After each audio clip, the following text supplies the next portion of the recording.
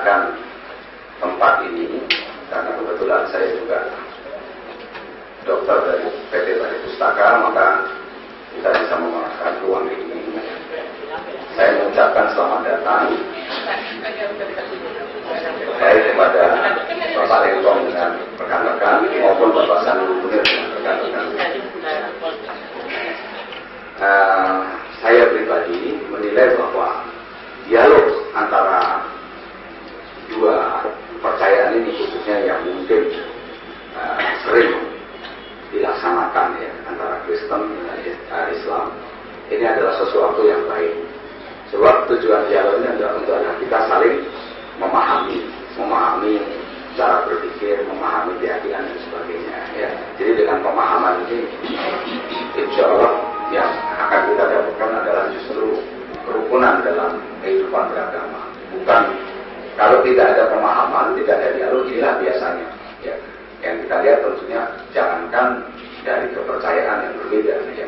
Dengan simbol yang sama saja, baru-baru ini kita lihat kan kasus Ahmadiyah. Itu kalau orang bilang, kok Islam nama Islam berantem ya. Nah inilah karena tidak ada dialog atau pemahaman, ataupun juga katakanlah jembatan untuk membangun saling pengertian. Jadi tujuan kami di sini adalah kita membangun saling pengertian. Maka saya teringat kata-kata atau pesan daripada guru saya, Bapak Abu Yamin Roham. Beliau mengatakan di sini, mungkin ini patut kita camkan. Lawan dialog adalah teman berpikir. Jadi dengan berdialog kita berpikir. Kalau tidak nanti selalu hanya emosi. Maka mari kita sepakati ya pada acara kita ini supaya bisa berlangsung dengan baik. Ini tentunya usulan saya kepada para pembicara, khususnya para yang moderator ya. Pertama itu tentu kita jangan berdialog dengan cara yang emosional bombastis. Itu nggak akan mencapai suatu saling pengertian, tapi malah bisa makin menjauhkan. Padahal sebenarnya harus kita akui ya, kita ini adalah bersaudara. Ya, kalau dalam Islam ada istilah ukhuwah, maka kita ini ada dua tali yang menghubungkan dengan antara Kristen dengan Islam. Ini adalah apa? Pertama adalah kita ukhuwah watoniyah atau rasa persaudaraan sebagai sesama orang Indonesia. Mohon maaf Pak, ada nggak yang orang asing? Nggak ada ya, yang warga negara asing nggak ada ya. Jadi kita sama-sama Indonesia, maka kita bersaudara sebagai sesama orang Indonesia yang dalam bahasa Islamnya itu adalah ukhuwah watoniyah, rasa persaudaraan sebagai orang sebangsa. Dan yang kedua adalah ukhuwah basariyah. Ukhuwah basariyah itu adalah rasa persaudaraan sebagai sesama manusia. Saya rasa semua kita di sini merasa diri manusia, Pak ya. Tidak ada yang merasa bukan manusia. Jadi kita saudara. Nah, dengan dua tali persaudaraan ini, insya Allah ya, bahwa dialog kita ini akan bisa berlangsung dengan baik ya. Kita hindarkan jangan emosional bombastis, jangan saling mengejek. Itu adalah cara dialog yang tidak benar. Itu bukan dialog akhirnya, tapi istilahnya jadi provokasi dan nggak ada dari kita di sini mau jadi provokator. Dan untuk tertibnya tentu apa yang dilaksanakan nanti atau dialog ini dipimpin oleh moderator Budha Khalil ya. Alhamdulillah beliau sudah di tengah-tengah kita. Baik, saya akhiri dengan ucapan bila taufiq wal hidayah. Wassalamualaikum warahmatullahi wabarakatuh. Selanjutnya kami persilakan Pak Khalil ya.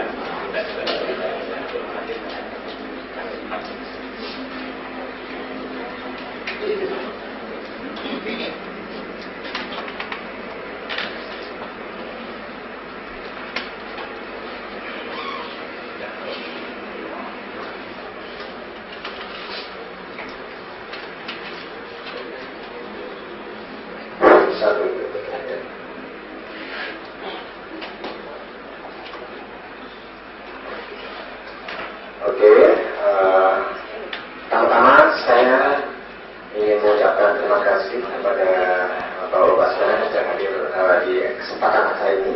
Tapi sebelum itu, izinkan saya mengucapkan selamat pagi, salam sejahtera, dan Assalamualaikum warahmatullahi wabarakatuh. Oke, baiklah Bapak-Bapak sekalian, sesuai dengan apa yang telah disampaikan oleh selaku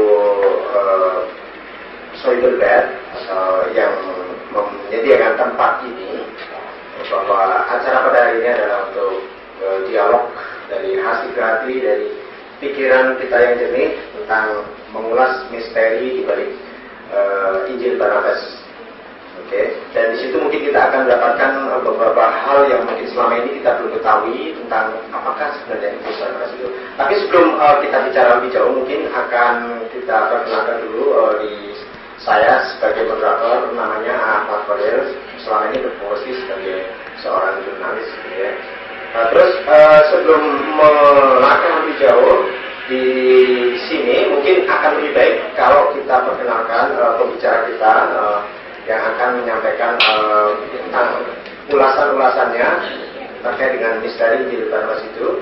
Di samping kanan saya ada Bapak Pendeta Dr. Josias L. Lengkong, MDiv, MTH, dan PhD. Beliau adalah Rektor Institut Teologi Kalimantan. Beliau lahir di Tandano, Tundano ya, Sulawesi Utara pada 8 Juli 1956. Beliau seorang putra anggota veteran, mantan anggota veteran, dan ayah beliau adalah mendapatkan dukungan langsung dari pahlawan nasional RI ya, Samratulani gitu. Terus beliau juga telah banyak sekali berkiprah dalam dunia akademis, karena beliau pada tahun 2000 yang lalu mendirikan sebuah yayasan Misi Global Kalimantan, berikut Institut Teologi Kalimantan. Itu pembicara dari pihak Kristen. Sementara di samping kiri saya ada Bapak Dr. Hasani Munir SKM MPH. Beliau adalah Direktur Yayasan Mitra Center Pusat Mandiri yang sehari-hari berkecimpung dalam kegiatan pelatihan, seminar, dialog, dan kajian-kajian kristologi gitu. Jadi melihat dan mendengarkan apa yang menjadi background dari masing-masing pembicara kita, saya kira mungkin kita di sini yakin akan mendapatkan informasi yang akan sangat berguna, bermanfaat dalam konteks dialog antar agama terkait dengan misteri dari Injil Barnabas itu. Baik Bapak sekalian, mungkin sebelum lebih jauh saya perkenalkan masing-masing bicara untuk menyampaikan pandangan-pandangan tentang misteri Injil Barnabas itu. Barangkali ada beberapa hal yang ingin disampaikan terkait dengan lalu lintas atau sistem dialog yang akan kita lakukan pada pagi hari ini yang saya ini. Untuk ini mungkin nanti ada beberapa sesi, ada 2 sesi yang tadi sudah disampaikan. Sesi pertama akan bahas tentang apakah Injil Barnabas itu, kemudian adakah yang disebut Injil Barnabas, gitu kan? Kemudian bagaimana pandangan umat Kristen terhadap Injil Barnabas, terus kemudian juga bagaimana pandangan umat Islam terhadap Injil Barnabas, terus siapa sebenarnya Barnabas itu. Oke, mungkin itu terus akan lebih singkat dan padat pada acara ini. Nanti akan ada sesi tanya jawab dan sebagainya. Mungkin akan lebih singkatnya dan lebih baik dan lebih cepat kita mendapatkan informasi itu. Mungkin akan saya persilakan ke beliau Bapak Pendeta Josias L. Lengkong untuk menyampaikan materi tentang apakah sebenarnya Injil Barnabas itu. Oke Pak, kepada Pak Pendeta Lengkong saya persilakan.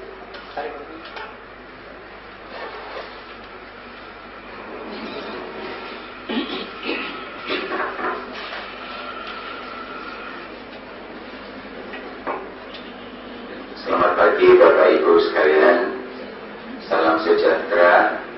Assalamualaikum warahmatullahi wabarakatuh.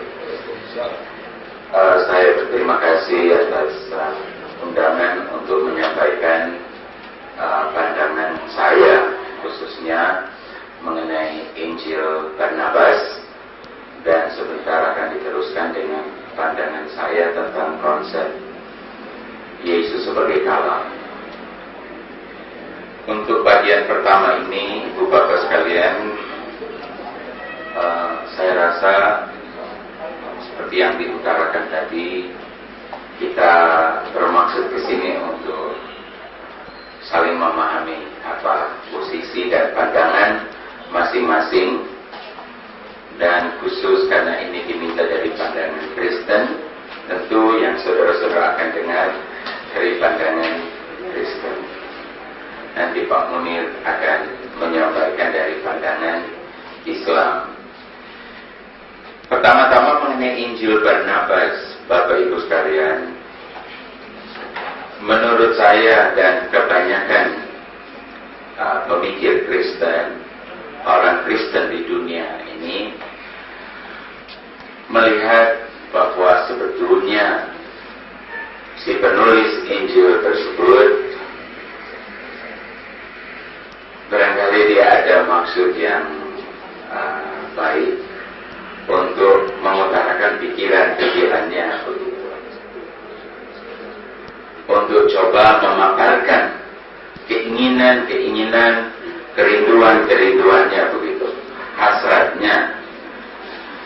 Cuman saja dari hasil penelitian banyak pakar dan dalam pengamatan kami sendiri bahwa Injil Barnabas itu hanya nama saja, Barnabas, tapi penulisnya bukan Barnabas yang dimaksudkan dalam Alkitab, karena jelas sekali dari latar belakang dan gaya sastra yang terbaca di dalam tulisan dan juga materi yang dibahas di dalam Injil Barnabas itu sendiri. Dan saudara-saudara, sebagaimana kami di dunia Kristen, dunia teologi Kristen, kami menerapkan prinsip menafsir teks-teks, yaitu apa yang disebut prinsip hermeneutik atau ilmu tafsir. Dalam ilmu tafsir ini kami coba selain melihat materi, isi bahasan, kami juga melihat latar belakang sejarah, latar belakang budaya, dan pokok permasalahan yang diutarakan oleh penulis. Dari pendekatan interpretasi seperti ini, kami berusaha untuk mengeluarkan makna yang ada dari teks tertentu, apapun teks itu. Dan yang kami temukan, biasanya istilah yang kami pakai adalah eksegesa atau exegesis, artinya kita membawa keluar sebetulnya apa yang menjadi isi dari teks, apapun teks itu, dengan melihat latar belakang dan sejarah dan apa-apa yang ada di sekitar teks itu. Dan dari pendekatan seperti itu, kami menemukan bahwa bukan Barnabas yang menulis teks ini, Injil Barnabas. Dan juga kami menemukan bahwa dalam sejarah teks itu, Injil Barnabas, sebenarnya itu ditulis atau baru muncul di abad yang ke-15 tarikh Masehi. Itu muncul abad yang ke-15 tarikh Masehi, jadi sekitar tahun 1400-an baru muncul teks ini. Dan fakta-fakta sejarah menunjukkan bahwa teks itu sendiri baru dibicarakan. Saya coba kemukakan penelitian, hasil penelitian ini. Suatu penelitian sejarah menunjukkan bahwa naskah Injil Barnabas ini muncul untuk pertama kali pada tahun 1709. Baru 1709 sebagai barang milik Kramer. Kramer adalah seorang penasehat Raja Prusia, dan naskah ini diambil daripadanya dan disimpan di perpustakaan Wina pada tahun 1738. Itu catatan sejarah. Semua pakar yang menelitinya mencatat bahwa sampul buku ini terbuat dalam gaya timur karena itu mempunyai catatan pinggir dalam bahasa Arab.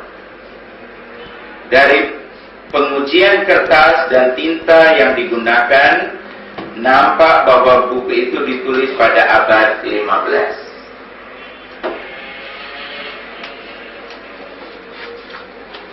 Saya tambahkan lagi, seorang pakar dari Inggris, Dr. Seyle, mengatakan bahwa ia menemukan buku ini dalam bahasa Spanyol yang ditulis oleh seorang Ukraina bernama Mustafa Al-Arandi. Al-Arandi yang mengklaim telah menerjemahkan dari bahasa Itali. Dalam pendahuluan dari salinan dinyatakan bahwa seorang bernama Marino yang dekat dengan Paus Sixtus V mengunjungi perpustakaan Paus pada satu hari di tahun 1585 dan menemukan sebuah surat dari Saint Irenaeus yang mengkritik Rasul Paulus dan mendasarkan kritikannya itu pada Injil Barnabas. Setelah itu Marino berkeinginan kuat untuk menemukan Injil tersebut. Tetapi kemudian dalam penelitian para pakar, mereka menyimpulkan bahwa si Marino itulah yang kemudian disebut Mustafa Al-Arandi yang menulis Injil Barnabas tersebut. Itu sekilas latar belakang yang kami temukan dari penulis. Sedangkan mengapa gereja menolak Injil Barnabas selain latar belakang kronologis sejarah, isinya juga saya masih boleh menyampaikan dosen ini atau di selang-seling itu.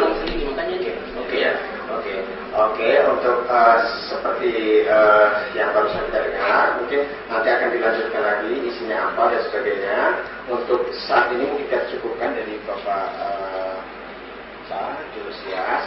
Berikutnya kita berikan kesempatan untuk Bapak ini menyampaikan dalam batas yang seperti ini ya, dalam batas yang sama sampai pada titik ini. Seperti apakah pandangan menurut versi Islamnya tentang Injil Barnabas itu, dan mungkin dalam sampai pada titik ini Pak ya. Pak, saya dikasih kesempatan untuk Pak dulu, nanti baru kita bisa disambung lagi kepada. Terima kasih. Assalamualaikum warahmatullahi wabarakatuh. Pertama-tama kita panjatkan puji syukur kepada Allah SWT bahwa pada siang ini kita telah mendapat kesempatan emas untuk berbicara tentang isu yang betul-betul sangat kontroversi dan sudah berlangsung selama mungkin 2000 tahun, yaitu tentang misteri Injil Barnabas. Dan pada siang hari ini kita bersyukur bahwa kita kedatangan seorang pakar yang betul-betul saya sangat kagumi, Bapak Pendeta Dr. Yosef Lincoln, Master of Theology, Master of Divinity, untuk memberikan kepada kita tentang berbagai informasi tentang Injil Barnabas. Nah, pada saat ini saya belum berbicara tentang Injil Barnabas dari pandangan seorang Muslim, tapi kita baiklah sedikit membedah secara awal tentang Injil Barnabas itu. Jadi sekarang sebenarnya kita perlu ungkap bahwa kalau berbicara tentang Injil Barnabas adalah berbicara tentang Injil yang sebenarnya disebut-sebut dalam sejarah Kristen. Ini yang sebenarnya kita mesti sepakat dulu.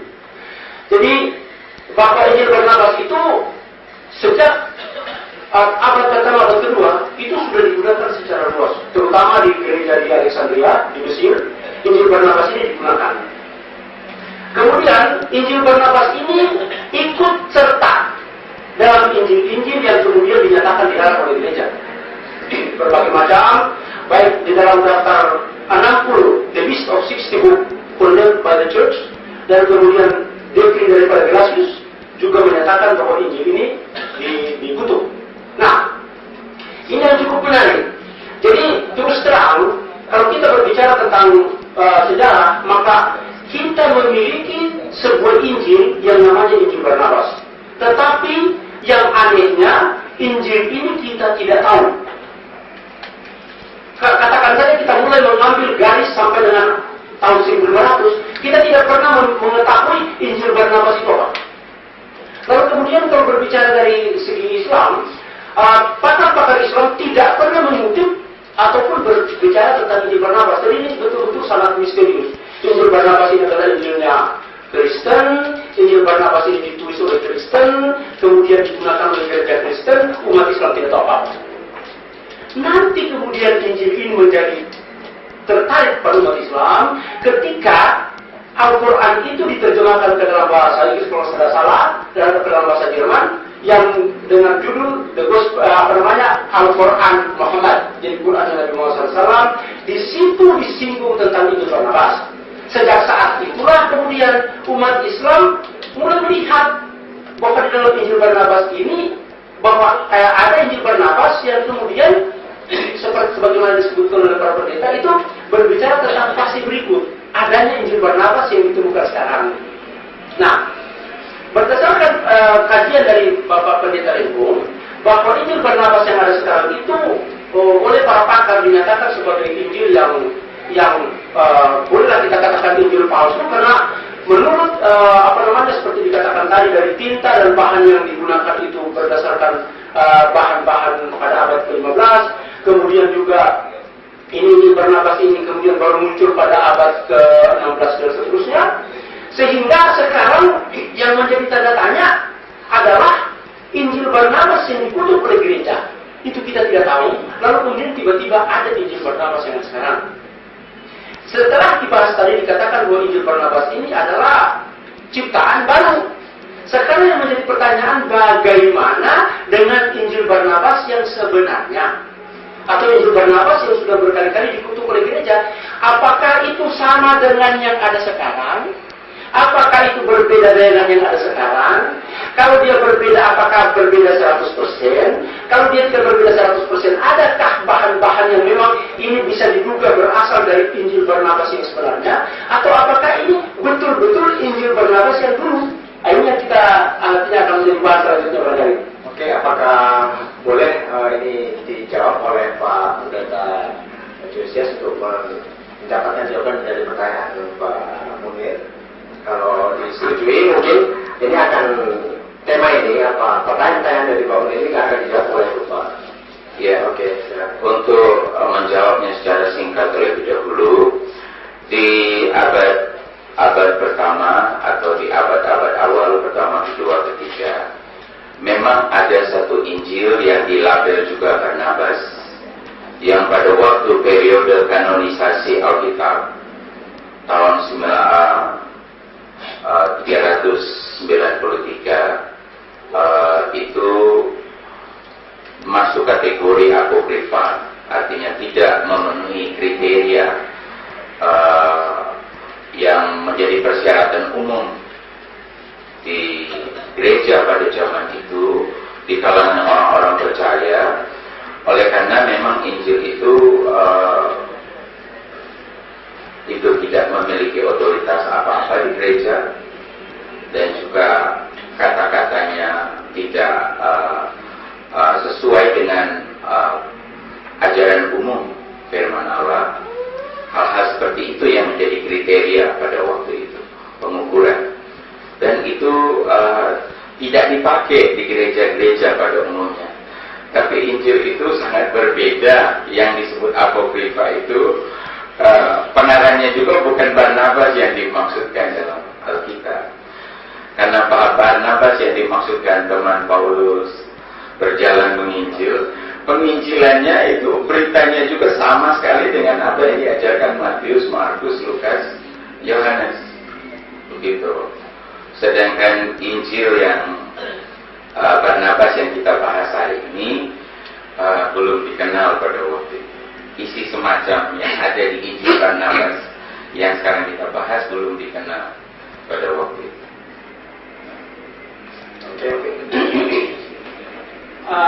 Baiklah, jadi tadi dikatakan bahwa Injil Barnabas itu adalah, jadi tolong saya mau klarifikasi, Injil Barnabas itu adalah Injil apokrifa yang diakui gereja pernah ada di awal abad-abad awal. Ya.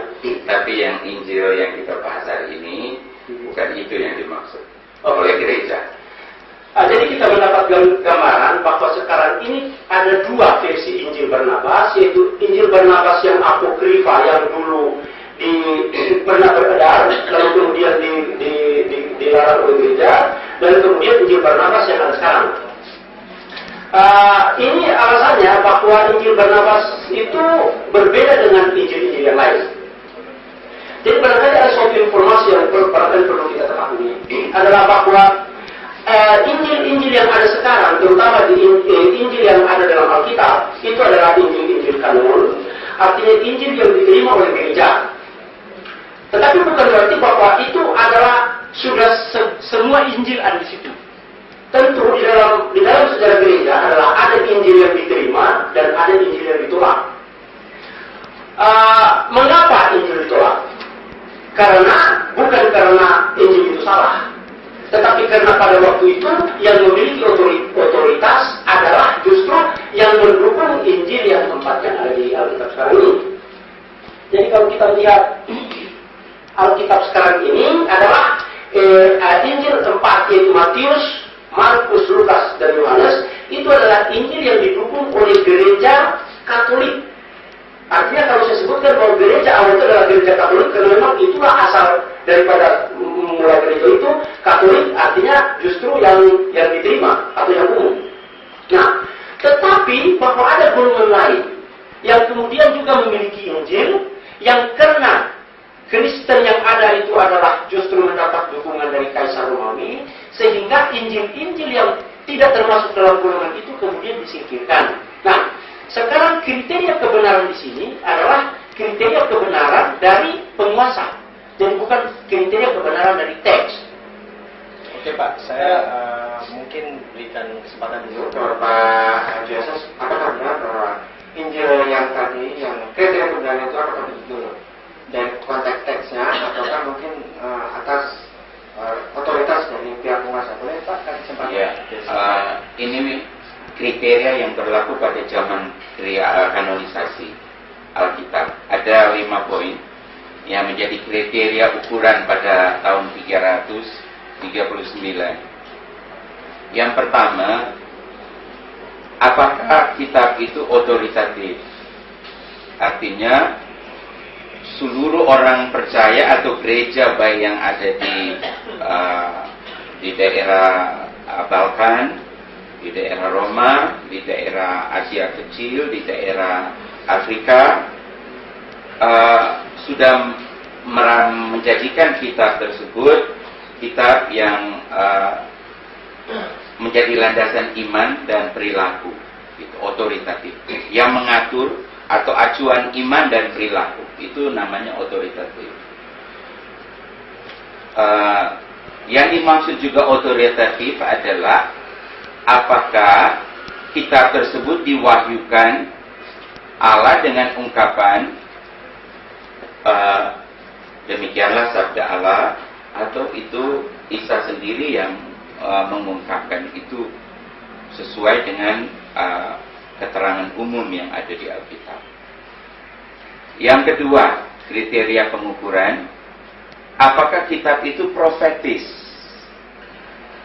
Profetis artinya bahwa kitab tersebut ditulis oleh hamba Allah yang dikenal. Hamba Allah yang dikenal. Dan yang integritas hamba Allah itu tidak diragukan begitu.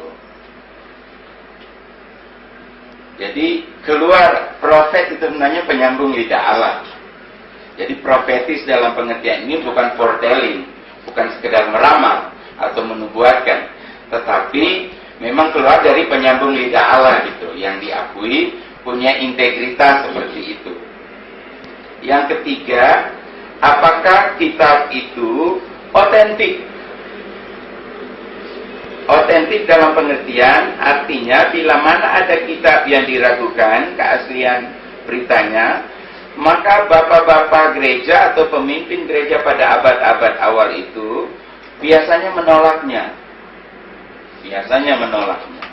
Yang keempat, apakah kitab itu dinamis? artinya mempunyai kuasa Allah yang sanggup merubah kehidupan manusia. Pada waktu itu diajarkan, orang dengar, terjadi perubahan dalam kehidupan orang. Yang kelima, terakhir, apakah kitab itu diterima, dikumpulkan, dan dibaca serta digunakan gereja atau orang-orang percaya pada waktu itu. Artinya bahwa kitab tersebut diterima oleh umat Tuhan. Kalau 5 hal ini bisa, gereja atau bapak-bapak gereja pada zaman itu setuju itu masuk kanonisasi. Injil Barnabas yang dimaksud zaman abad-abad awal tidak memenuhi 5 kriteria ini. Sedangkan Injil Barnabas yang kita bahas hari ini bukan ini. Kalau saya tidak salah ada kriteria pula bahwa itu diinspirasi oleh Roh Kudus. Iya, itu yang tadi otoritatif. Inspirasi dan wahyu dari Allah. Tolong saudara-saudara pahami pemahaman dari 3 istilah dalam dunia Kristen. Wahyu, ilham, dan iluminasi. 3-nya mempunyai makna berbeda. Atau kalau bahasa Inggris, revelation, inspiration, illumination. Kalau wahyu atau revelation artinya Tuhan mengungkap sesuatu. Sedangkan kalau inspiration atau ilham, Tuhan menuntun penulis untuk menulis mana yang benar. Apakah itu sejarah, apakah itu syair, apakah itu amsal, apakah itu surat atau apa. Tuhan menuntun. Kami percaya Roh Tuhan menuntun. Sedangkan yang disebut iluminasi, Tuhan menuntun pembaca untuk memahami apa yang dibaca. Gitu. Jadi ada 3 pengertian istilah ini dalam bibliologi Kristen. Pemahaman bibliologis Kristen. Gitu. Oke Pak, mungkin saya berhenti di sini untuk lebih bang mungkin bisa berikan kesempatan ke Bapak Hendro, atau mungkin kalau ada dari mungkin ada satu hal yang perlu juga disampaikan oleh Pak pandangan saya sudah bisa. Silakan. Terima kasih. Jadi sekarang bahwa Injil Barnabas itu ditolak itu karena kriterianya adalah bahwa tidak otoritatif atau tidak diwahyukan, lalu kemudian tidak profetis, atau misalnya disampaikan oleh hamba Allah, autentik dan sebagainya. Tetapi kalau kriteria ini yang di sini kita majukan, maka kalau kita berbicara tentang apakah itu otoritatif, saya kira justru kalau kita melihat dari konteks pernyataan-pernyataan di situ malah lebih otoritatif Injil Barnabas, karena Injil Barnabas selalu mengatakan, menyampaikan apa yang diucapkan oleh Yesus langsung kepadanya. Sementara kalau Injil-Injil lain itu malah selalu menggunakan bahasa-bahasa orang ketiga, misalnya seperti Injil Yohanes dan sebagainya. Tetapi justru Injil Barnabas justru yang lebih otoritatif. Kenapa? Itu pernyataan-pernyataan Barnabas bahwa ini disampaikan oleh Yesus langsung dan sebagainya. Lalu kemudian profetis, bahwa ini orang yang disampaikan itu adalah betul-betul dia diinspirasi oleh Tuhan atau Roh Kudus. Malah jadinya terbalik. Kalau ini yang dijadikan kriteria, kita seharusnya menerima Injil Barnabas. Kenapa? Di dalam Kisah Para Rasul dikatakan bahwa Injil Barnabas itu penuh dengan Roh Kudus. Dan berarti Barnabas ini dituntun oleh Roh Kudus, sementara Markus dan lain-lainnya itu tidak ada disebut-sebutkan dituntun oleh Roh Kudus. Oleh sebab itu malah Injil Markus ini gugur, Injil-Injil lain, Injil Barnabas ini yang harus diterima. Lalu kemudian berbicara tentang autentik. Kalau kita berbicara tentang autentik, ya, bahwa apakah Injil itu autentik atau tidak, malah sekarang apakah memang betul-betul bisa memberikan informasi yang benar atau tidak, kita bisa melihat kepada realita-realita sekarang. Seperti misalnya apa yang dinyatakan oleh Paulus, bahwa misalnya Yesus itu anak Allah. Ini Barnabas mengatakan bahwa Yesus bukan anak Allah. Dan itu oleh para sejarawan justru mendukung bahwa Yesus bukan anak Allah. Ketika Barnabas mengatakan bahwa Yesus bukan Mesias, itu sejarawan mengakui bahwa Yesus tidak pernah mengaku dirinya itu Mesias. orang lainlah yang kemudian menyebut-nyebut Yesus itu sebagai Mesias. Dan lalu kemudian diterima oleh gereja. Nah ini gereja mana? Karena kalau gereja di Alexandria, maka justru Injil Barnabas ini yang diterima. Tapi kalau gereja di Roma, itulah Injil yang keempat ini. Jadi sekarang ini kan menjadi rancu. Ya sekarang kita mau berbicara tentang otoritas. Sekarang kita berbicara tentang keimanan Kristen. Tentu Injil Barnabas tidak diterima. Tapi kalau kita berbicara tentang sejarah, maka sesungguhnya justru Injil Barnabas ini jauh lebih otoritatif, jauh lebih memiliki kekuatan dibanding dengan Injil-Injil yang lainnya. Kalau kemudian dikatakan bahwa ini ditulis oleh hamba Allah atau murid, malah di dalam ini buku The Book That Jesus Wrote, di situ dijelaskan bahwa Yesus justru menunjuk Barnabas sebagai utusannya, sebagai wakilnya. Jesus was appointed deputy and the crown prince.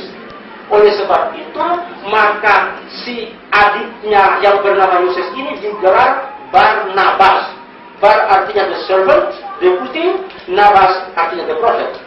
Jadi, Barnabas or Joseph is Barnabas, the servant or the deputy of the prophet. Karena Barnabas inilah yang ditunjuk sebagai perwakilan daripada Yesus. Itu yang, dan itu dilakukan pada mengenai penunjukan ini ada malahan dengan tanggalnya. Saya bisa tunjukkan di sini. Ya.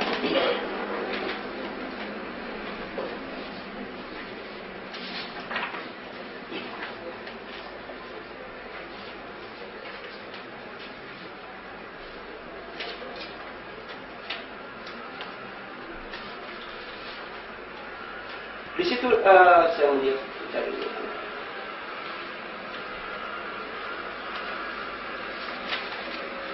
Ya, ini ya.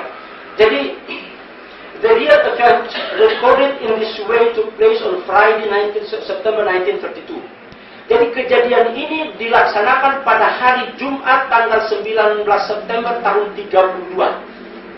Jesus could no longer say that James was his deputy and crown prince. Jadi Yakobus tidak lagi menjadi wakil Yesus, as has done previously sebagaimana yang sebelumnya. Once again, his disregard protocol and appointed his next brother, Joseph, whose opinion agree with his. This man appear in Acts as Joseph called Barnabas, the deputy of the prophet, from apostle according to the external. Jadi Barnabas ini justru yang paling memiliki otoritas karena dia ini wakil langsung daripada Yesus. Ini di dalam buku The Book That Jesus Wrote tahun 98 halaman 84. Terima kasih. Oke, mungkin dikasih waktu kepada Pak Jogos untuk menanggapi pernyataan dari Bapak ini. Iya, kalau di teks Injil Barnabas yang kita bahas hari ini di terjemahan Indonesia, Injil Barnabas halaman 277, si penulis buku ini asli, dia bilang begini, demi Allah yang menulis ini telah lupa semua yang telah dikatakan Yesus.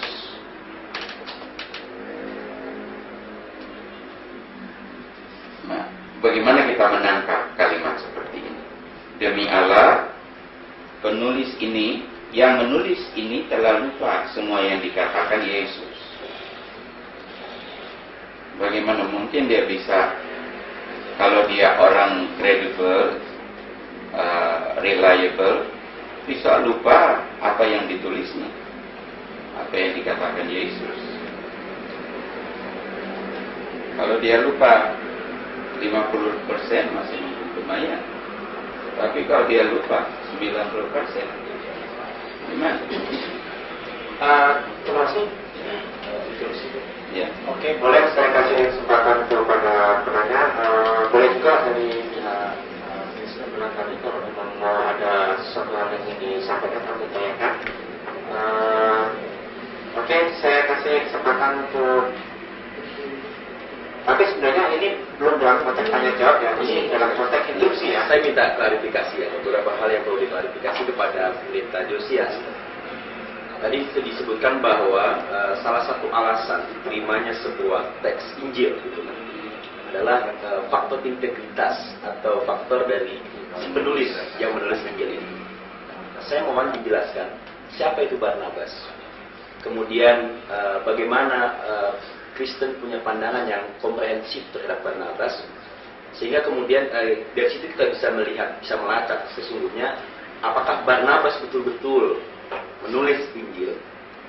Kalau kemudian dia menulis Injil, selanjutnya berdasarkan kesepakatan gereja itu ditolak, apakah kita akan bisa melihat pertalian antara integritas yang dimiliki oleh Barnabas dan alasan-alasan yang dikemukakan oleh gereja itu di mana itu relasinya? Saya tangkap ya. Barnabas yang dibicarakan di Alkitab bukan Barnabas yang menulis Injil Barnabas Apokrifa. Begitu juga Barnabas Injil Barnabas yang kita bahas sekarang bukan Barnabas yang dibicarakan di Alkitab, dan bukan Barnabas yang menulis Injil Barnabas Apokrifa. Makanya pakar-pakar Kristen menemukan si penulis ini adalah si tadi yang disebut Mustafa Arandi yang berasal dari Ukraina. Maksud saya Barnabas sendiri, Ya. Bukan. Kalau Barnabas yang di Alkitab, dia tidak menulis Injil, dia pengkhotbah saja, ya, penginjil. Tapi tidak ada dalam catatan sejarah gereja dia pernah menulis Injil. Sedangkan yang Barnabas dimaksud Injil Apokrifa bukan orang yang dimaksud di Alkitab. Sebab nama-nama di zaman itu bukan hanya satu orang yang punya nama. Yudas ada banyak orang yang punya nama begitu. Yesus juga sebenarnya banyak orang yang punya nama begitu. Karena dalam bahasa Ibrani, Yesus itu sebenarnya Yesua, Yehosua. Yang nama begitu juga banyak. Begitu juga Bar Yesus dan lain-lain. Sama dengan kalau di zaman sekarang yang menggunakan nama Muhammad, tidak semua menunjuk kepada pendiri penganjur agama Islam. Gitu. Oke, mungkin coba cukupkan. Ini mungkin ada yang mau ditambahkan. Terima kasih ya. Kita tidak bisa mengingkari keberadaan Barnabas.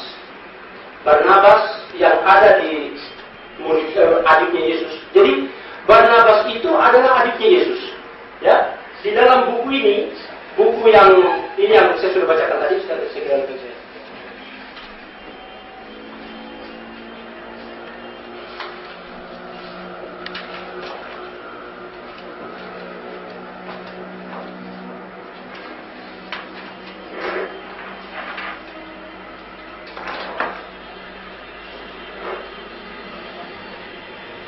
Jadi lihat yang di bawah ini. Leviathan event recorded on the straight of person sampai dengan tanggalnya dari situ. Bahwa Yesus sudah tidak mau lagi menunjuk Yakobus sebagai wakilnya. Once again he disregarded protocol and appointed his brother Joseph. Sekarang bukan lagi Yakobus, dia tunjuk Yoses, adiknya.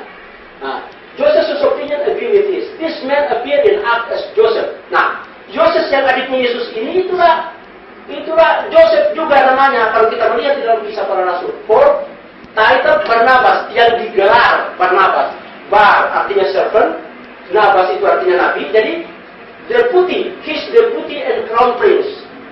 A revived from apostle according to the external literature. Barnabas was the Matthias who replaced Judas Iscariot in the 12 apostles. Nah, itu ada di sini di dalam the book Jesus wrote.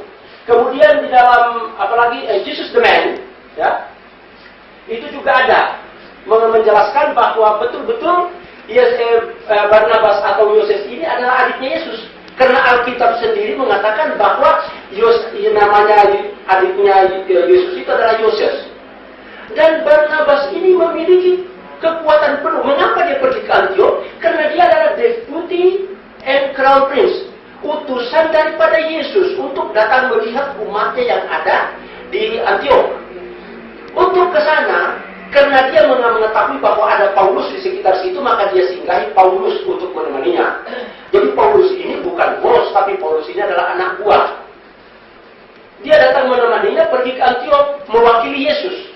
Tetapi sampai di sana, ternyata ajaran yang dibawakan oleh Barnabas dan ajaran yang dibawakan oleh Paulus ini berbeda. Makanya mereka lalu berselisih. Di dalam Alkitab mengatakan bahwa mereka berselisih karena Barnabas mau membawa John Mark. Oh, itu keterlaluan, bukan begitu. Mereka benar-benar bertentangan dalam ajaran. Karena Paulus sendiri mengkritik Barnabas. Mengapa engkau tidak memisahkan diri, tidak makan dengan orang yang makan babi, tapi kau berpemisahkan diri? Artinya bahwa Barnabas ini memegang teguh hukum Taurat. Sementara Paulus sudah mulai mengajarkan untuk meninggalkan hukum Taurat. Inilah mereka berpisah. Nah, di dalam hal ini, ya kan, kalau kita lihat, nah, di dalam yang lebih hebat lagi di dalam pseudo-Clementine recognition, pasal 1 ayat 60. After he speaks, Simon the Canaanite takes his turn on the temple steps, and then Barnabas, who was also surnamed Matias. Jadi Barnabas ini adalah titel, Matias ini adalah titel. Nama sebenarnya adalah Yoses. Itu. Dia bergelar Barnabas karena dia deputi daripada Yesus kepada orang-orang Gentile. Dia digelar Matias karena ini sebagai divine, sebagai Matius terhadap sebagai Matius atau Yosef, ranking di dalam kependetaan, di dalam priesthood. Yang bosnya itu adalah Yakob atau James, lalu kemudian yang di bawahnya adalah Yusuf. Sehingga Yosef ini digelar Yusuf sebagai divine, digelar Matias sebagai divine, dan digelar Barnabas sebagai the deputy of the Jesus. Jadi yang mewakili Yesus. Jadi dari semua yang ada, yang paling tinggi kekuasaannya itu Barnabas. Karena dia ditunjuk langsung sebagai deputi untuk ke sana. Lalu kemudian kita bisa lihat lagi di dalam recognition, Robert Eisenman dalam James the Brother of Jesus, ya, dikatakan bahwa Barnabas was also for Matthias the name and victorious candidate in the selection field the Judas office above, complementary introducing Barnabas calls him Joses. Jadi Matius ini Joses adiknya Yesus. Jadi informasi yang ada bahwa Barnabas adalah adiknya Yesus. James the brother of Jesus, Pseudo-Clementine recognition, the book that Jesus wrote, kemudian Jesus the man, kemudian the Jesus in the Riddle of the Dead Sea Scrolls, semua menjelaskan bahwa Barnabas ini adalah adiknya Yesus. Apakah dia menulis Injil? Dia menulis Injil. Oke. Mungkin saya kasih kesempatan kepada Pak Jenderal untuk menanggapi dulu sebelum sampai ke pertanyaan ini. Apapun tulisan orang tentang Barnabas yang ada di Alkitab, apapun pandangan orang tentang Barnabas yang ada di Alkitab, tetapi jelas sekali bahwa yang dimaksud Barnabas yang kita bahas hari ini, Injil Barnabas, bukan yang dibicarakan di Alkitab. Itu jelas sekali. Itu bukan. Dan perselisihan tadi disebut itu karena masalah siapa yang mau ikut, bukan masalah doktrin gitu. Gereja juga dan Alkitab menunjuk dengan jelas hal seperti itu. Buku referensi tadi yang bilang the book that Jesus wrote, tolong pahami ibu bapak, sepanjang sejarah gereja dan sejarah kekristenan tidak pernah tercatat bahwa Yesus pernah menulis buku. Tidak pernah ada dalam sejarah. Kalau nulis di atas tanah, iya, karena ada permasalahan yang sedang dihadapi. Tapi kalau nulis buku tidak pernah. Itu dalam sejarah gereja, sejarah kekristenan tidak pernah ada buku begitu. Saya ingin pertanyaannya agak lebih bertajam barangkali ya. Lalu siapakah yang menulis Alkitab itu barangkali? Mungkin pertanyaan ini mungkin boleh juga dijawab oleh kedua belah pihak barangkali. Kenapa mesti? Ya. Tunggu. Sekarang saya tertarik dengan interupsi dari ini adalah sekarang melacak. Kita sekarang melacak orang ini, the mysterious man. Ya, Barnabas. Saya mulai mengungkap sedikit demi sedikit bahwa ternyata Matius, Barnabas ini adalah juga disebut Matius. Nah, sekarang dia ada di Pseudo-Clementine Recognition, ada di Pseudo-Clementine Homily, ada di Refutation of All Heresy, kemudian dia juga identik dengan The Gospel of Thomas, yang semua itu ditolak oleh gereja. Tetapi ini adalah kumpulan Injil-Injil yang sangat otoritatif sebagai the Gnostic Gospels yang diterima oleh gereja di Alexandria di Mesir. Dan kita harus sadari bahwa Alexandria adalah kota terbesar kedua sesudah Romawi. Oleh sebab itu, Philo dari Alexandria, Athanasius dari Alexandria, ya, kemudian Injil yang ada sekarang ini juga adanya di Alexandria. Nah, sekarang saya ingin memperlihatkan lagi satu informasi.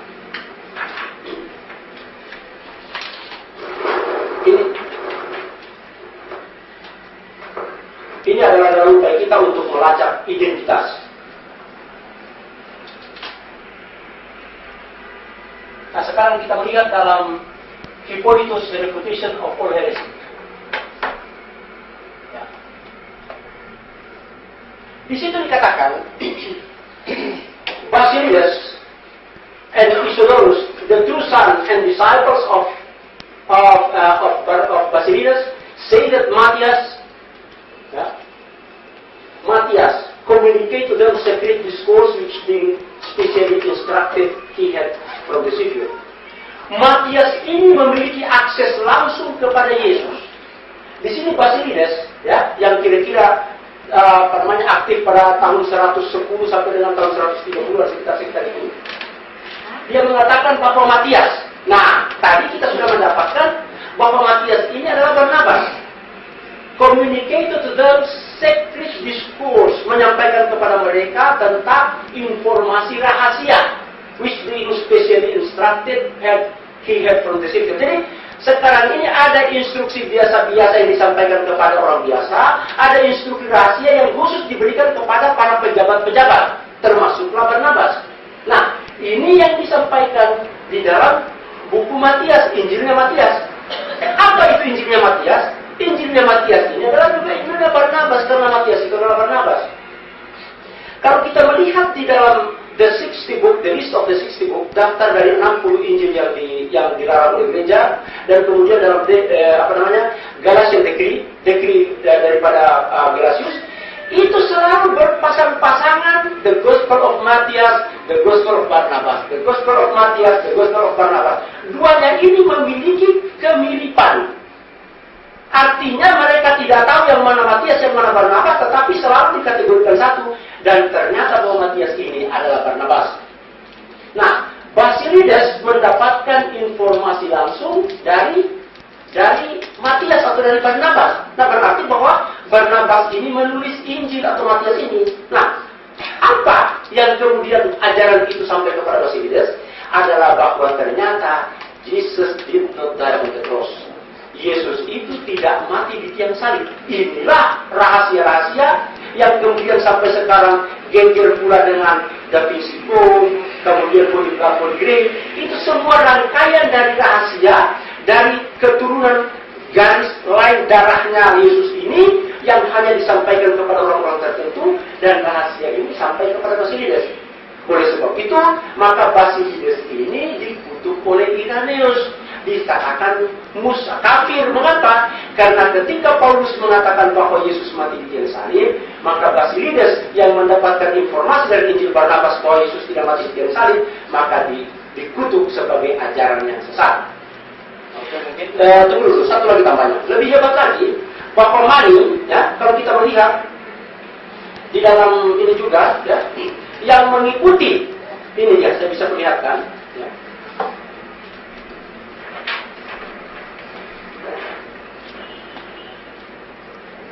Okay. Perhaps the most famous and profound radical of heresies was Manichaeism. Jadi yang dipandang kafir oleh orang-orang Kristen itu adalah Manichaeism.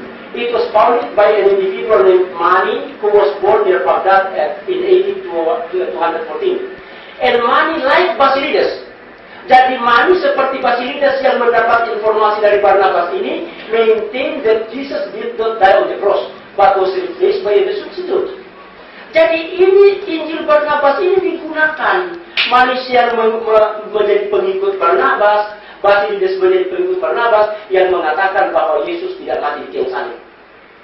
By the order of king, atas perintah raja, Manus was in prison. Mani ini kemudian dipenjarakan, slain to death, ya dihukum mati, and decapitated dan dipenggal lehernya. And perhaps to preclude the resurrection, dan untuk mencegah supaya Mani ini tidak bangkit dari matinya, his mutilated body was put on the public display. Ini fakta sejarah. Mani ini kemudian sesudah dipotong-potong, dipajang di depan umum supaya dia tidak bangkit kembali. Mengapa? Karena dia mengikuti ajaran Barnabas di dalam Injilnya ini, Injil Barnabas yang mengatakan bahwa Yesus tidak mati di tiang salib. Jadi ini benar. Terima kasih. Isi mungkin materi apa sih sebenarnya yang ada di dalam Injil Barnabas itu? Mungkin saya persilakan kepada pendeta Joses untuk memulai tentang apa sih sebenarnya yang ada di dalam Injil Barnabas itu. Ya. Mungkin biar disingkat ini seperti itu Pak ya. Iya, barangkali sedikit-sedikit. Ya, oke. Supaya bisa bergantian. Mengapa gereja menolak Injil Barnabas yang kita bahas hari ini? Dan saya rasa saudara-saudara saya kaum muslim, ini juga perlu jadi pertimbangan. Yang pertama, bahwa si penulis Injil Barnabas yang kita bahas hari ini, nampaknya dia tidak menguasai bentuk geografis Palestina. Tolong dilihat di bab 20. Kita bahas isi sekarang ya. Di bab 20 atau pasal 20 alinea pertama.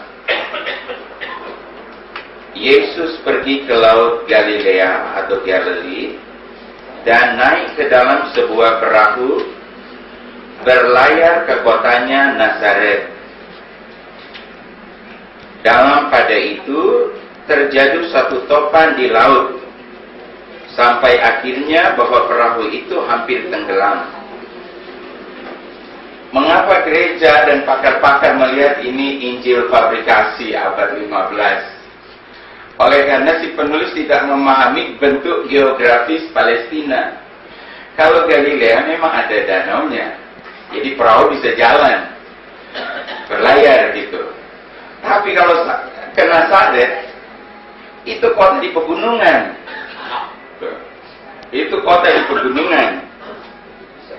Jadi bagaimana mungkin perahu berlayar ke kota pegunungan? Nah, jadi pemahaman bentuk geografis Palestina aja tidak dikuasai oleh si penulis. Makanya ditolak.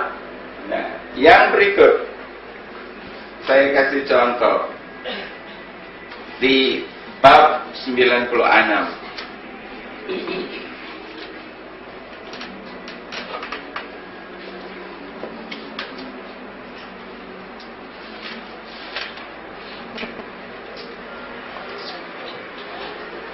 Di bab 96 alinea pertama, kedua, ketiga, keempat, kelima, keenam. Alinea keenam, karena Injil Barnabas tidak punya ayat ya, bab saja dan alinea. Alinea keenam, Yesus menjawab, demi Allah, pada hadiratnya jiwaku berdiri, aku bukanlah Mesias itu. Berarti Yesus menyangkal kemesiasannya. Mesias itu datang dari kata Hamasiah dalam bahasa Ibrani. Diterjemahkan ke bahasa Yunani, Christos, Christos atau Kristus dalam bahasa Indonesia. Tetapi dalam bahasa Arab disebut Al-Masih. Al-Masih. Jadi di sini Yesus menyangkal kealmasiannya.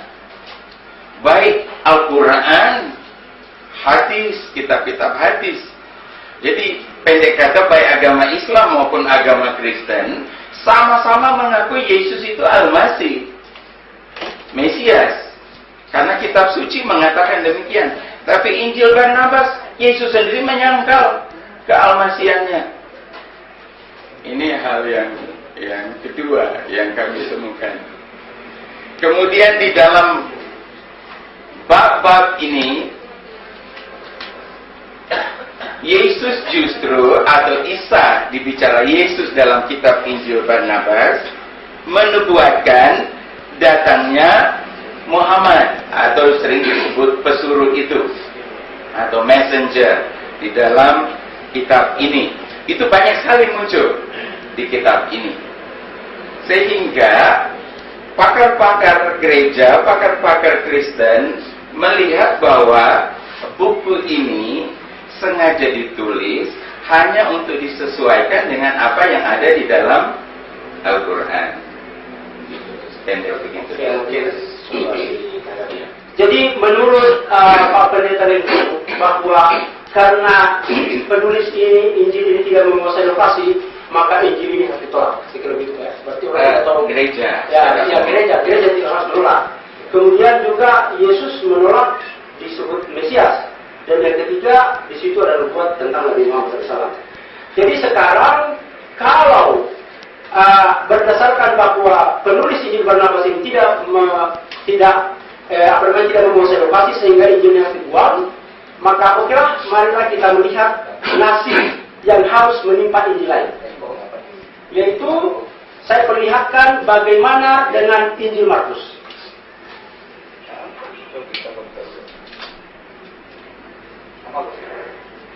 Ya.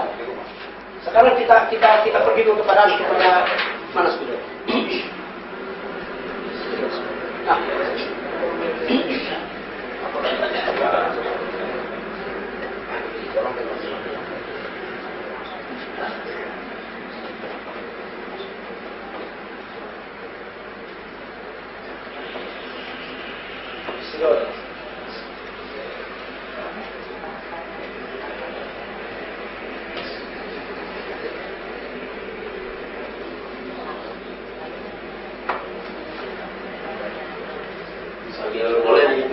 Oke.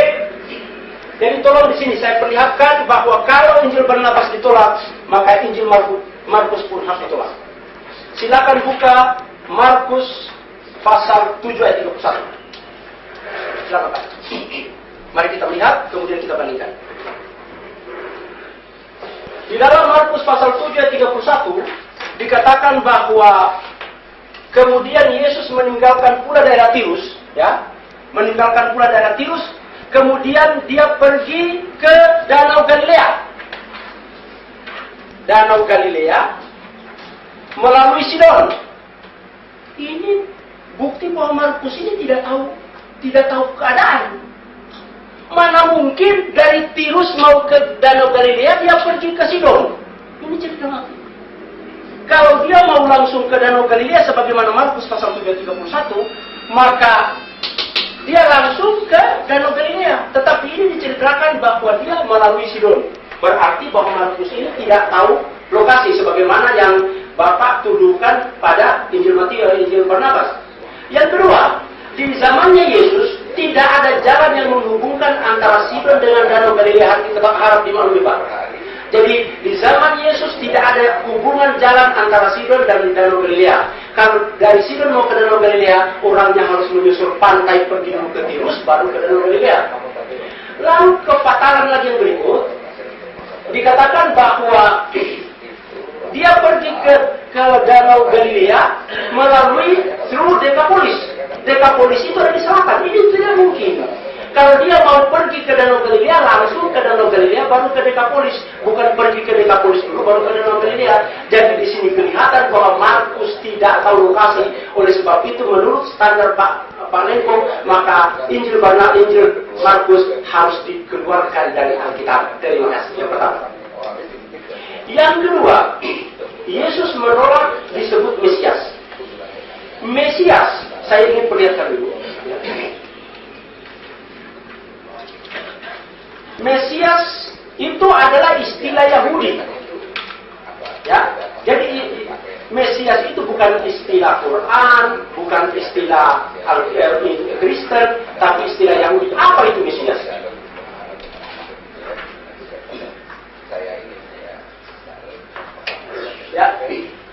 kita melihat dari Edward Gibbon.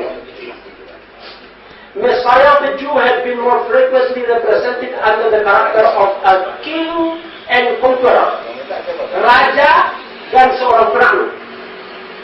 Berikut, terus contoh, a Messiah was a warrior, a king and absolute victor on the battlefield.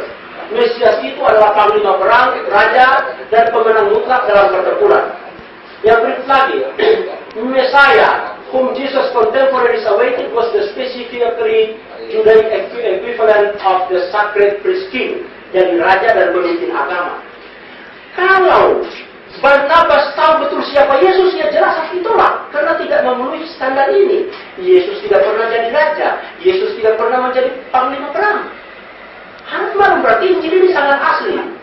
Karena kalau andai kata ini ditulis oleh seorang Muslim, maka dia harus mengatakan bahwa Yesus adalah Al-Masih. Dia menolak Yesus sebagai Al-Masih karena dia bukan Muslim. Dia bukan orang Muslim di abad ke-17. Oke Pak, harus malu. Yang berikut, nubuat. Di sini dinubuatkan tentang akan datangnya Nabi Muhammad SAW. Memang kalau kita melihat arah daripada nubuat itu memang mengarah kepada orang, ya.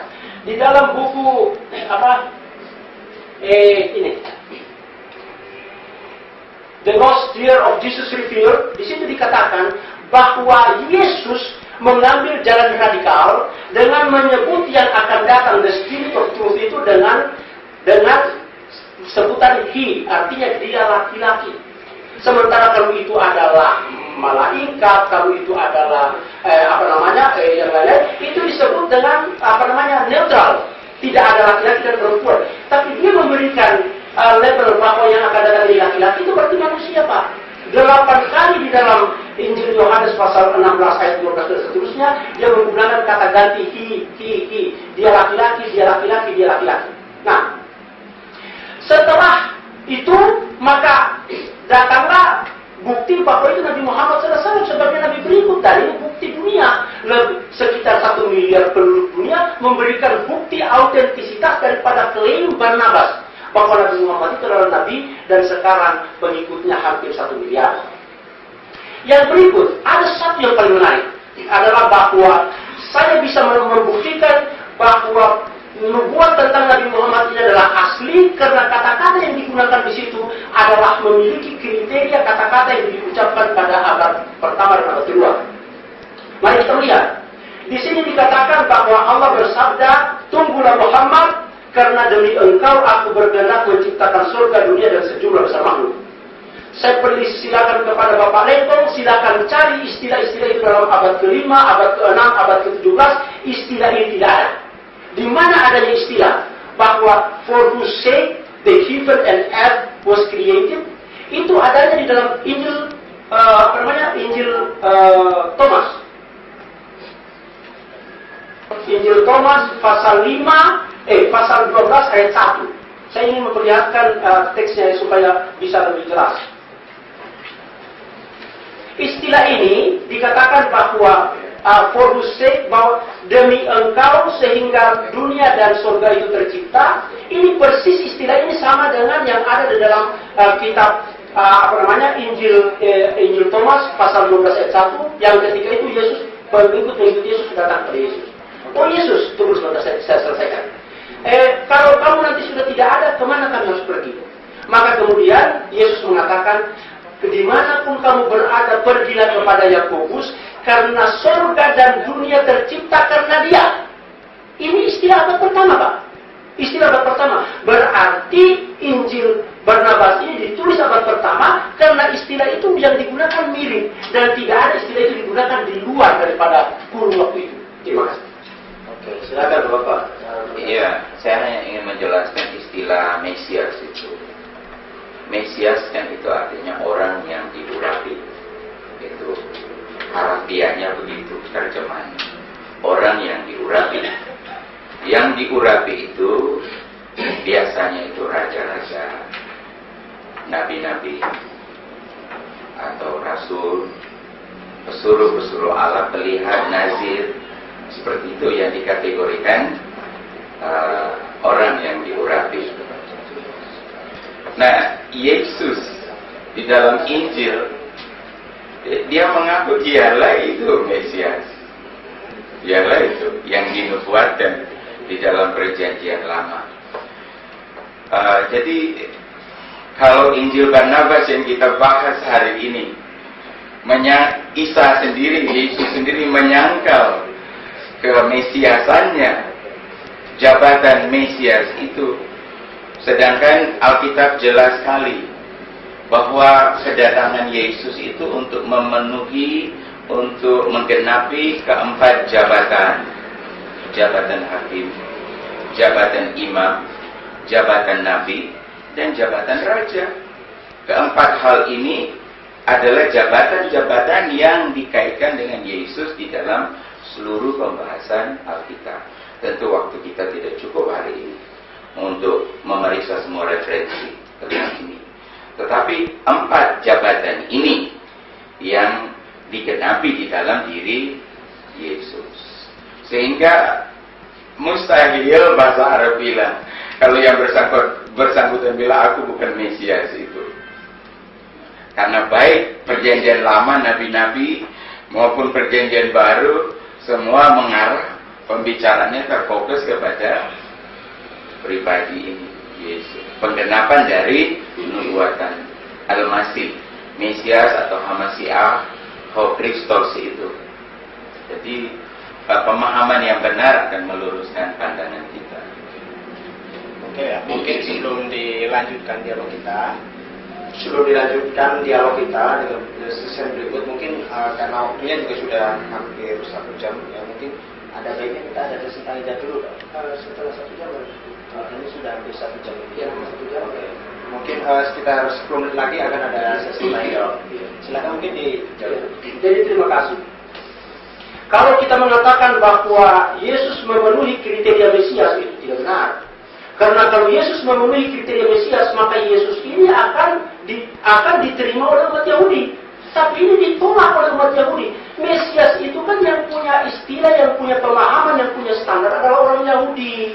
Yang ada di dalam Kristen itu adalah Kristus. Dan Mesias dan Kristus ini walaupun berasal dari akar kata yang sama, berbeda pengertiannya setelah diaplikasikan. Bahwa Mesias ini adalah raja dan pemimpin panglima perang. Kristus dalam Kristen adalah orang yang pasrah menyerahkan dirinya untuk mati menebus dosa manusia. Dan ini sama sekali bukan kriteria Yahudi. Oleh sebab itu Yesus ditolak dari Mesias. Jadi kalau Barnabas ini menolak kemesiahan Yesus, berarti dia ini orang Yahudi. Ya kan? Kalau dia menerima Yesus sebagai Mesias, bolehlah kita juga barangkali dia Muslim. Tapi karena dia menolak berarti bukan seorang Muslim. Tidak mungkin seorang Muslim akan menyampaikan ajaran yang bertentangan dengan ajaran Islam. Itu sangat jelas sekali.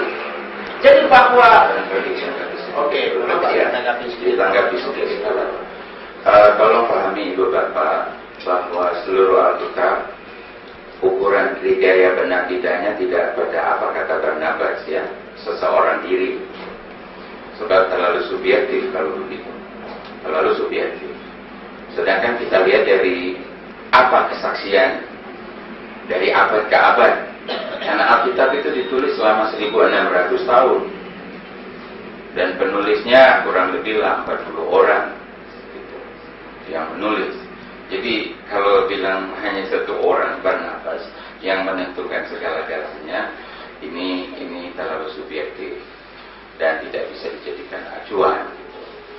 Nah, perlu saya jelaskan bahwa di Injil Matius jelas sekali pada waktu Yesus menanyakan siapakah kata orang aku ini. Waktu Petrus menjawab engkau adalah Mesias, anak Allah. Yesus mengaku itu benar bahwa Allah yang mengungkapkan itu, mewahyukan itu kepadamu. Itu jelas dibicarakan dalam Injil Matius. Ibu Bapak saya bacakan ya, supaya Ibu Bapak bisa ada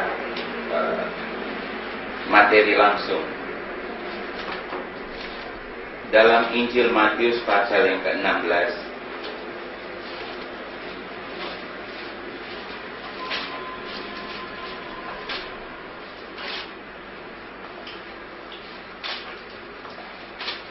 teman-teman saya dari Nasrani barangkali yang dapat duluan silakan baca. supaya cepat. Ayat berapa? Mungkin Ayat 16, ayat 17.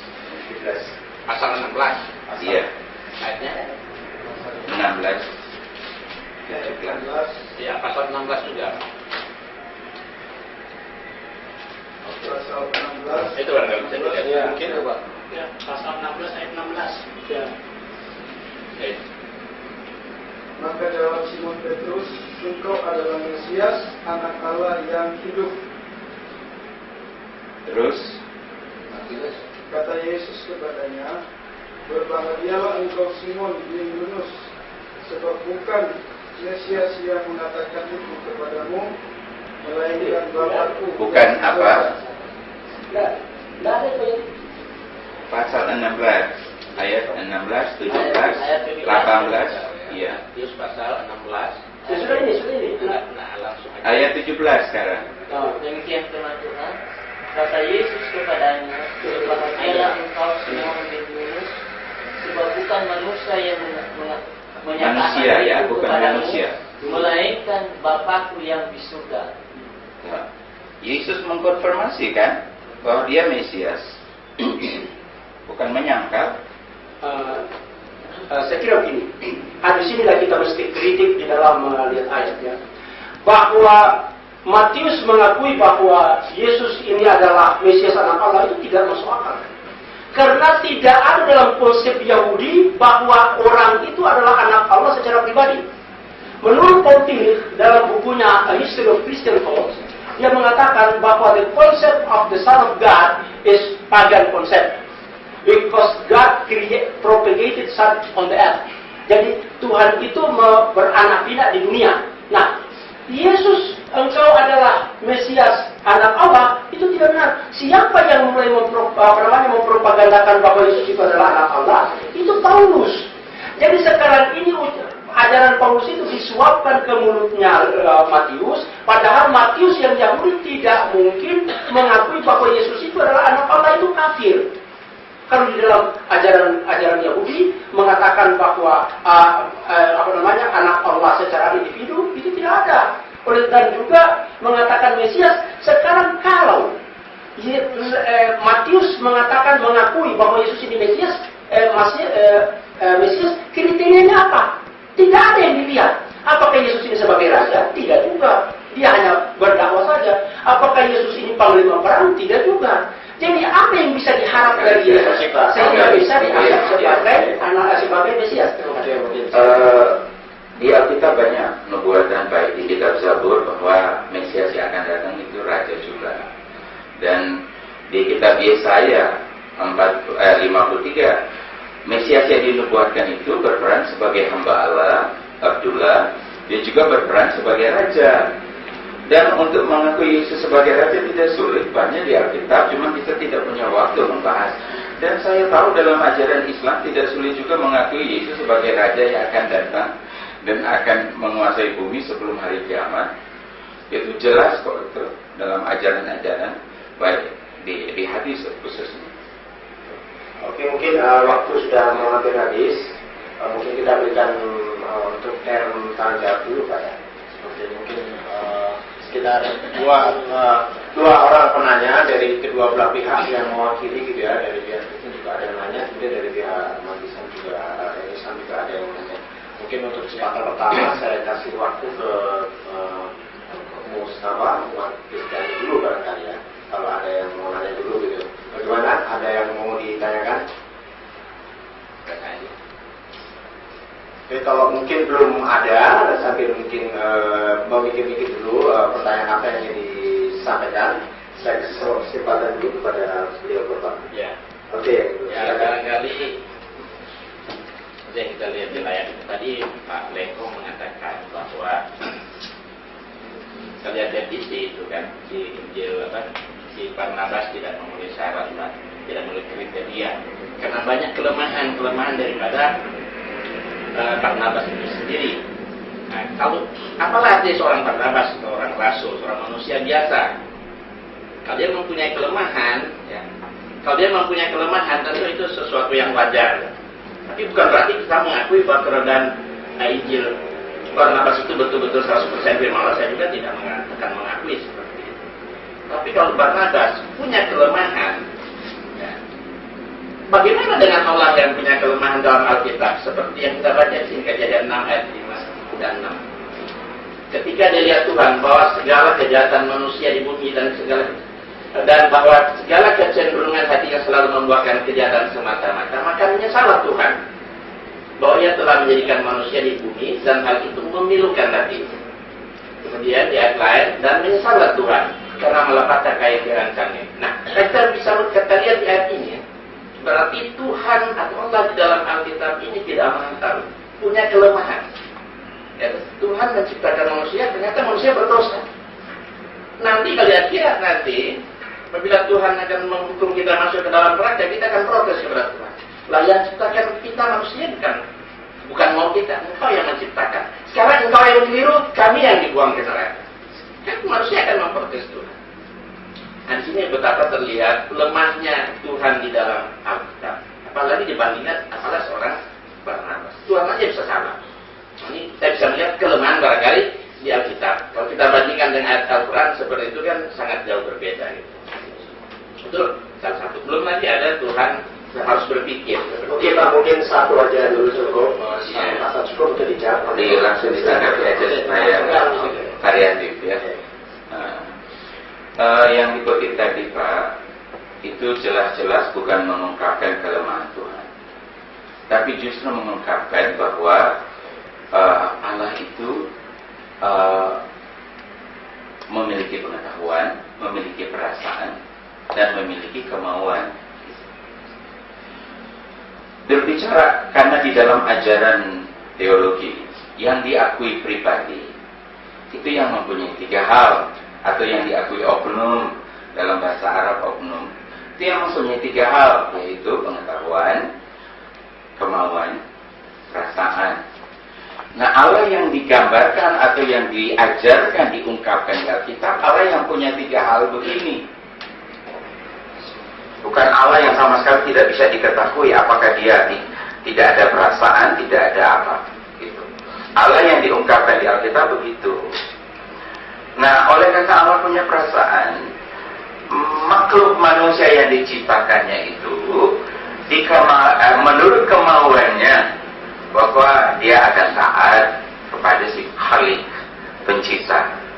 Tetapi yang diciptakannya itu ada kapasitas kemauan bebas, gitu. Hak memilih, the power of choice. The power of choice ini berisiko. Tetapi Tuhan memilih mencipta manusia seperti itu daripada menciptakan robot. Sebab untuk bergaul karib dengan robot biasanya tidak terasa. Tapi bergaul karib dengan yang punya juga perasaan, punya pengetahuan dan punya kemauan.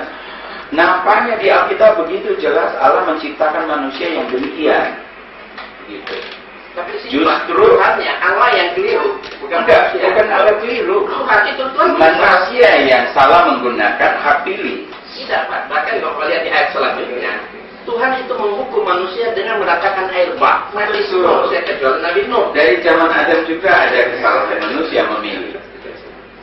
Al-Quran juga bicara begitu. Manusia salah memilih. Tapi itu dalam Al-Quran Tuhan tidak pernah menyesal. Oke, mungkin Tuhan menyesal. Maka kalau misalnya akan pidato misalnya memberikan klarifikasi dari tanggapan. Justru lebih jelas dalam ayat-ayat yang Bapak kutip, Tuhan itu punya perasaan. Oke, bagaimana? Dan saya lebih senang menyembah Tuhan yang begitu daripada Tuhan yang tidak punya perasaan. Gitu. Tapi perasaan Tuhan dan manusia pada pandangan Islam tidak sama, Pak. Kalau perasaan Tuhan sama manusia sama, berarti Tuhan itu sangat kejam. Bagaimana dia maha tahu kenapa dia datangkan tsunami? Ya, kalau perasaan Tuhan dan manusia sama. Oke. Saya rasa ini masalah debat klise. Di dunia Islam juga Jabariyah dan Qadariyah, Mu'tazilah, Asy'ariyah dan lain-lain, Maturidiyah, itu semua permasalahan ini. Oke, baik. Mungkin ada yang lain mungkin dari pihak umat Kristen yang ingin bertanya. Saya persilakan. Waktunya untuk dialog ini cuma tinggal 5 menit lagi. Setelah itu kita akan break dan dilanjutkan jam 11. Istirahat nanti Mas Bung. Silakan. Terima kasih atas kesempatan ini. Tadi disebutkan bahwa menurut Barnabas Yesus tidak mati di kayu salib. dan Bapak pembicara mengatakan itu benar.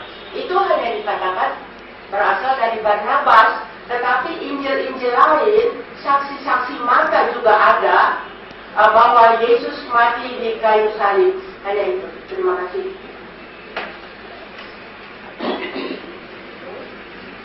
Terima kasih. Jadi sekarang kita belum ada dua fase. Fase pertama adalah membuktikan bahwa apa yang ditulis oleh Barnabas itu adalah benar, punya pendukung-pendukung, baru kemudian kita melangkah bahwa apakah yang ditulis ini benar atau tidak. Sekarang kita melihat dulu apakah Barnabas ini cuma idenya sendiri saja tentang itu, atau memang ternyata bahwa ini juga dianut oleh yang lain.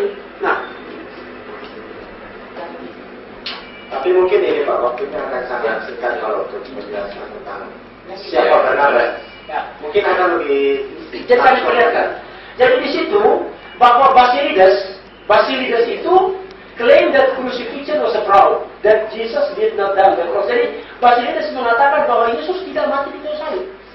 Nah, ini kemudian lagi dari Mani tadi juga mengatakan bahwa Yesus tidak mati di tiang salib. Lalu kemudian di dalam Barbara Thiering, Jesus the Man, mengatakan bahwa Jesus did not die on the cross. Dan kalau misalnya Yesus mati dan bangkit kembali seperti dalam Alkitab, itu tokoh-tokoh sekarang juga sudah kebanyakan para sejarawan tidak bisa lagi menerima bahwa Yesus itu mati dan bangkit kembali, karena cerita kebangkitan itu adalah cerita yang baru. Kalau kita merujuk kepada Injil yang asli, Injil yang mula-mula ditulis yaitu Injil Markus, itu tidak ada mengenai kebangkitan terangkat ke surga dan sebagainya. Kembali lagi kita kepada The Shepherd of Hermes, kemudian Didache dan lain-lain, itu tidak ada itu tentang kematian dan kebangkitan. Jadi kematian dan kebangkitan ini diciptakan ceritanya karena Paulus mengajarkan bahwa Kristus mati dan bangkit kembali.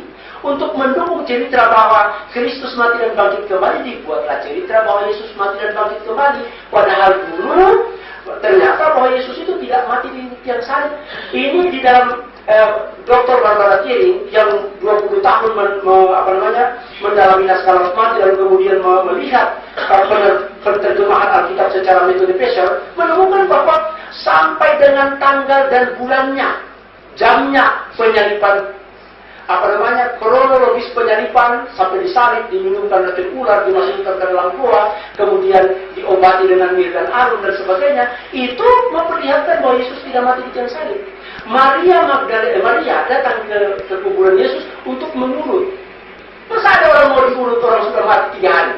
Dia nggak urut itu, karena orang masih hidup. Ini ada waktu 3 menit untuk menanggapi silakan Pak Pendeta.